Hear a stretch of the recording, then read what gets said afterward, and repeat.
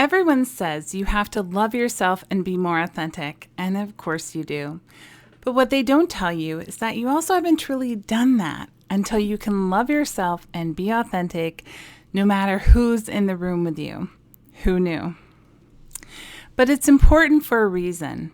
Our ability as parents to provide a loving family for our children largely depends on our ability to navigate other people's energy and emotional states without taking on responsibility for them.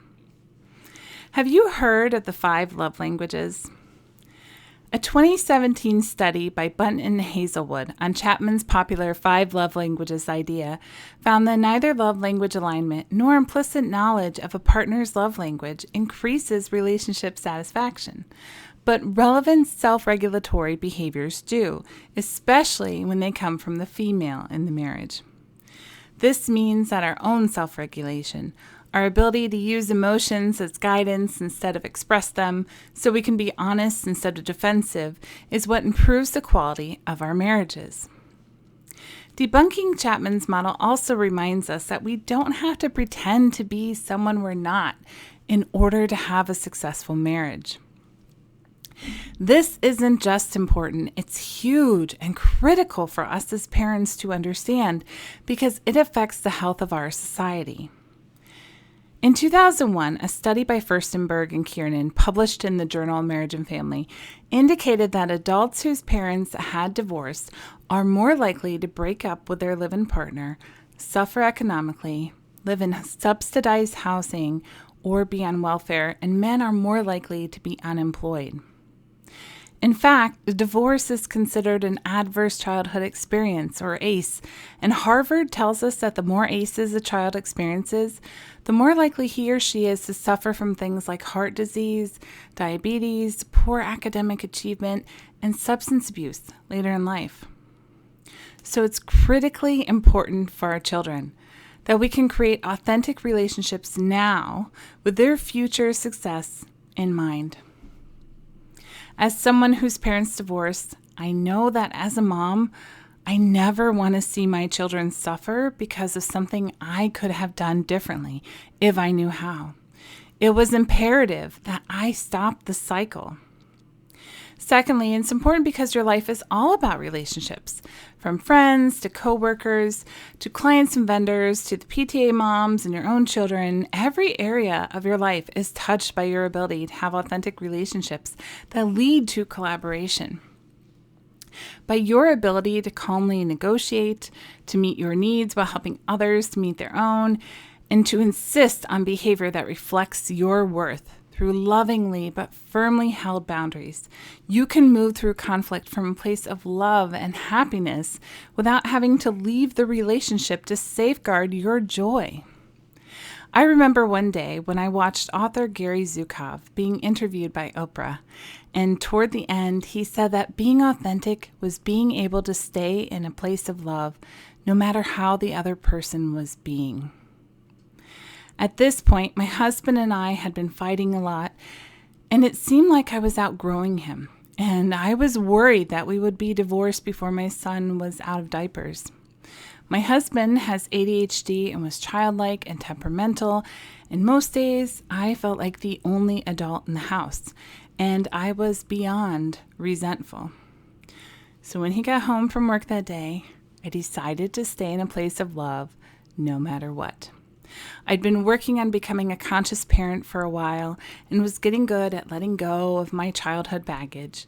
So I was able to shift my energy up to love and open my heart, even when my ego was like, wait, are you sure? So I'd worn this coat of negative armor when I was around him to protect myself. But in the end, I found out that it was me driving the dagger through my own heart. We rode in silence for the 5 minutes to our kids' Montessori to pick them up, and I could feel his negative energy pushing up against my joy. But the first woman I saw when I entered my code and walked in the door was so friendly to me, and this wasn't my normal experience. Then I saw a teacher, and she lit up when she saw me and was chatty and laughing. One by one, I was met by all of these super happy people, when normally everyone just kind of said hello and moved on. By the time we left, his energy had shifted up too. He was happy and helpful getting the kids into their car seats. And that was when I realized that holding on to my energy not only made me feel great, it made everyone around me start to feel great. And their behavior improved as well. It was like I had turned the radio to a different, happier station, and everyone met me there. What I discovered was that we, by default, tend to match the moods or energy of others in order to stay safe, but we don't have to do that.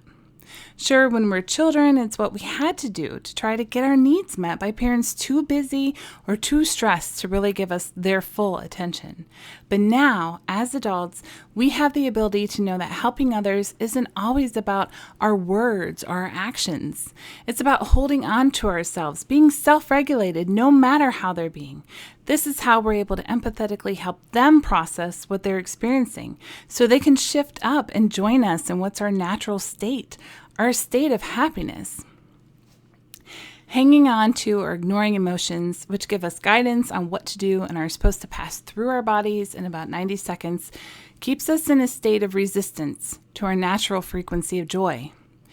And failing to individuate and hone our empathic abilities so we know when we're sensing what another is feeling keeps us confused about what we're actually feeling in the moment. In other words, we pick up their fear. Our bodies match them there and go into fear, and then suddenly we're both fighting. So I dove into books and classes, conscious parent coaching, self-care, and even Reiki certifications. I talked to the experts and I started applying everything I was learning to my own relationships. And it worked. My husband changed. I changed. We both grew up. The other day, we went to the Cheesecake Factory for dinner, and my son was crying. We'd been out all day. He was upset, and he just wanted to go home. And he was still crying loudly when we sat down at our table in the crowded restaurant. I was holding space for him to try to help him process, and then my husband started to talk, and I was alert, ready to call him out for yelling at our son to stop. But do you know what he said? He said, "It's okay to cry, but we can't cry in here. If you want to cry, I'll take you out to the car, and you can cry all you need to out there," which was exactly when I started crying. When our two kids were babies, I thought he'd never evolve and become a conscious parent. But as it turns out, being a conscious parent also means being a conscious wife. And it's amazing the kind of impact it's had in our lives. What I discovered was that there is a framework that can help make sense of it all. And that's what I want to share with you today. You see, there are 6 steps that make up the formula for having healthy, authentic relationships. Step 1 is exploring triggers. This is the first stage where you take that depleting emotional energy in your body or those draining thoughts about a situation and you figure out what lesson they're trying to teach you. This is where you discover that the anger you feel is because you aren't protecting your boundaries, or that the sadness you feel is related to something that happened when you were 6 and you never processed it because someone told you to stop crying. We also learn this idea of you spot it, you got it, which means that whatever we're judging in our husband is already in us as well. That's why we're so triggered by it. The next step, step 2, is healing. You can't shift your energy up truly until you've allowed all the repressed emotions you've ignored for years or decades out of your body. In this stage, my clients learn how to parent themselves and give themselves the supportive encouragement they've needed all of their lives. This is when they realize that their husband is equally struggling and was never the one who could save them. In the third step, energetic coherence, you learn how to refill your energy tank so you're not always depleting it and depending on others to fill it back up for you. This is also when you realize that you can't give to others unless it's coming from an overflow of energy. That means you can't just not sleep, drink a pot of coffee, never journal, and be a happy mom. Instead, you have to create a plan for the habits and experiences you're going to give yourself that replenish your own energy. And you're going to allow your husband to do the same. I call these 3 steps our daily emotional hygiene. The first part of this journey is all inner work, and I find that's where most of us stop in our personal growth journey, thinking we're done. But now we're going to take that work outside and into our relationships, which is where the real awakening happens, where we honestly step into love. Each conflict with others is an opportunity to become even more aligned with your authentic self. In step 4, intention setting, you learn how to manifest what you want. Up until now, you've probably let your subconscious set intentions for you, but now you get to consciously choose how you want to show up and what you want to experience. This simple, easily overlooked step will improve every single conversation you have. It informs your behavior and how you communicate. Just as setting an intention for what you want to eat for lunch helps you drive to that restaurant or cook those ingredients. Step 5 is empathy and connection. And this is where my clients really want to say, okay, that was great. Thanks, bye. But you can't skip this step if you want to see the behavior of others improve. And if you're married, this is your partner in raising a family, and getting the best out of him ultimately serves you and your children. So now we're creating connection through being vulnerable, by truth-telling, by being authentic. And because you've healed and shifted up, you can actually use empathy to help him understand himself more. Empathy is a talent you've always possessed, but now you're consciously using it to help people feel and heal. And empathy is something critical for parenting, teamwork, leadership, and even sales. Knowing what another person needs makes you the best in your business. Finally, we have step 6, which is communicating. Being able to ask questions that shape another's thinking is a superpower. You learn that questions, not statements, are what help the person you're with critically think through what they're saying, feeling, and needing. Everyone wants to jump to communication right away, but the truth is that not one communication technique works until your energy underneath it is clear and you're self-regulated, which you do in the first 4 steps of my framework. And while you're communicating, there's a good chance that you're going to get triggered again. So you're going to go back to step 1. I use this framework every day in all of my relationships. It's the reason my family is still together and thriving as we genuinely celebrate our 12th year of marriage. Even my relationship with my own parents has improved. But it doesn't only work for me. My clients have had astounding results applying it to their marriages. I have a hybrid marriage coaching program called Happily Ever After, and toward the end of our 6 months together, we end up going over an assessment they took when they started.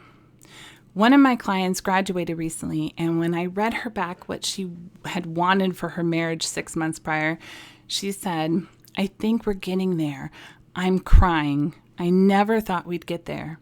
That just seemed like a pipe dream. Now I can actually see it starting to manifest." Not only have they achieved what they wanted, but they also have a CVS receipt worth of other wins, because this journey applies to every relationship we have. If you're ready to have truly rewarding, authentic relationships, take these 6 steps. Exploring triggers where you'll finally learn what authentic even means for you. Healing where you'll free your body from all the emotional weight that has been constricting you and holding you back from your purpose. Energetic coherence where you'll know how to truly open your heart and live a happy life without dependence on others to fill you up. Intention setting where you'll consciously manifest outcomes you desire. Connection and empathy, where you'll shift the behavior of those around you to be the most supportive of your highest selves. And communication, where you'll navigate problems and find ways to ensure everyone's needs are met as the wise leader you are. So I have one question for you to help you start to assess how authentic you are in your marriage. On a scale of 1 to 10, where 1 is never and 10 is all the time, how much do you feel like the only adult in the relationship?